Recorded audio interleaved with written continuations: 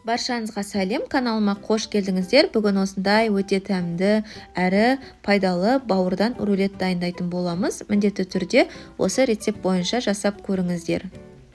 Алдымен бауырды осылай ет тураған тәрізді 4 бұрышты етіп турап алатын боламыз. Және оны блендерде езіп алатын боламыз. Егер де блендер болмаса, ет тартқышпен тартып алсаңыздар да болады. Бірақ та блендермен езетін болсаңыздар, бізде құймақтарымыз тегіс әрі жұқа болып шығатын болады. Кішкене сүт құйып, бауырды толықтай езіп аламыз.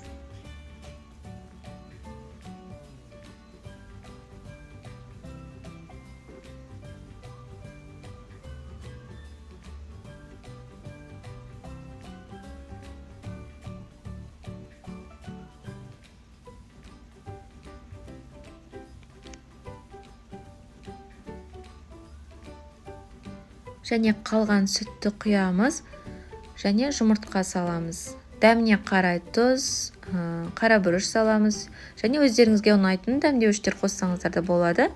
Және 2 ас қасық ұн салатын боламыз. Бұл жерде ұнды да сүтті де артық құйып жібермеңіздер.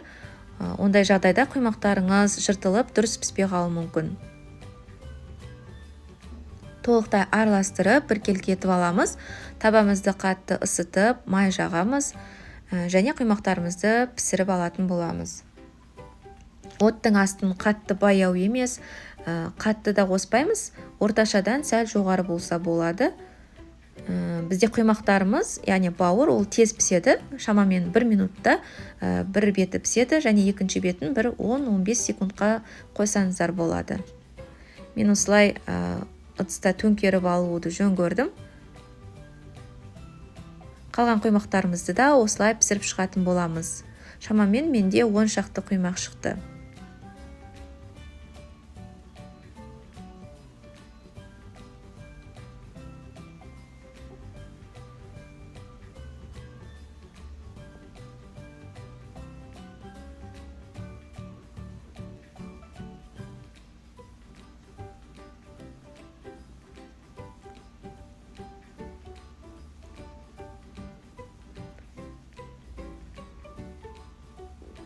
Осылай барлық құймақтарды пісіріп шығатын боламыз. Одан кейін ішіне салатын начинкасын дайындап аламыз. Қызып тұрған майға пиязды салып қуырып аламыз. Сұйық майды қатты көп құймаймыз. 2-3 ас қасықтай құйсаңыздар жетеді, және үстіне сәбізді салып пісіріп алатын боламыз.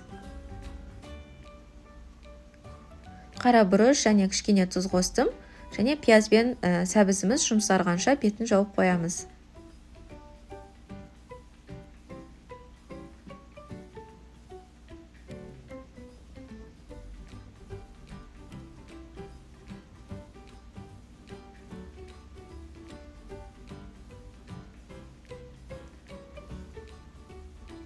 Рулеттерімізді жинайтын боламыз. Майонезге чеснокты теркадан өткізіп саламыз.